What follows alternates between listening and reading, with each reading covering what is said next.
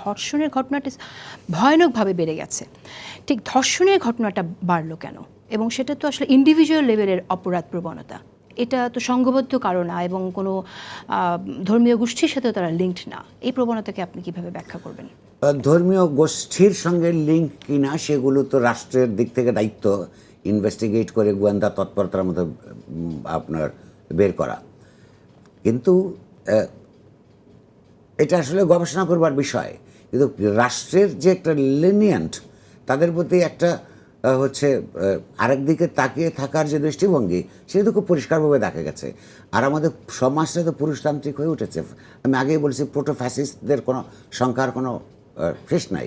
এটা তো end of the day আমাদেরকে রাজনৈতিক সাংস্কৃতিক রাজনীতি এবং সংস্কৃতির গণতান্ত্রিক রূপান্তরের মধ্য দিয়েই এই সমস্যার সমাধান করা সম্ভব।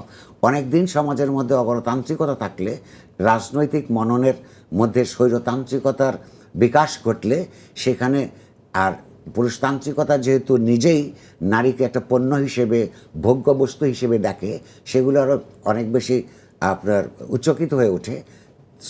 এটা হলো সবচেয়ে সহজ ক্ষমতা এক্সারসাইজ করার জন্যে পরিবারের মধ্যে, সমাজের মধ্যে, সেগুলো তারা করে চলেছে। কিন্তু তো সেইটাকে একদিকে ইমিডিয়েট কাজ হিসেবে রাষ্ট্র এবং আইনের অনেক ভালো ভালো আইন এ বিষয়ে আছে, হ্যাঁ, সেগুলির প্রয়োগ যেমন দরকার। অন্যদিকে সমাজ এবং রাজনীতির গণতান্ত্রিক সাংস্কৃতিক রূপান্তরের মধ্য দিয়েই লং টার্মে যদি আমরা এই কাজটা এগিয়ে নিই, তখন এটা সমাধান হবে। তা নাহলে বিভিন্ন সময়ে বিভিন্ন মাত্রায় এগুলি চলতে থাকবে।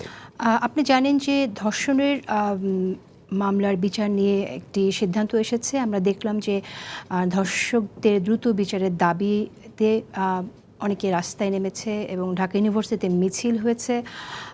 আরও কয়েকটি নারী সংগঠন এটার বিচার দাবি করেছে এবং এর প্রেক্ষিতে আইন উপদেষ্টা ধর্ষণ মামলার তদন্ত 15 দিন এবং বিচার 90 দিনের মধ্যে তিনি হবে বলে উল্লেখ করেছেন। আপনি কি মনে করেন যে এইটা যথেষ্ট কিনা, নাকি আরও কিছু করার আছে এখানে আইনের দিক থেকে? এটা আইনগত দিক থেকে দিস ইজ ফাইন। প্রশ্নটা হচ্ছে যে, যেহেতু এইটা একটা রাজনৈতিক সাংস্কৃতিক ব্যাপার, যেহেতু এটা নাগরিকদের পুরুষতান্ত্রিকতায় আক্রান্ত বৃহত্তর জনসমাজের মধ্যে একটা প্রকোপ আকারে বিকশিত হয়েছে, সেই ক্ষেত্রে অ্যাওয়ারনেস প্রোগ্রাম, শাস্তির বিধান যেমন খুব পরিষ্কার থাকা উচিত।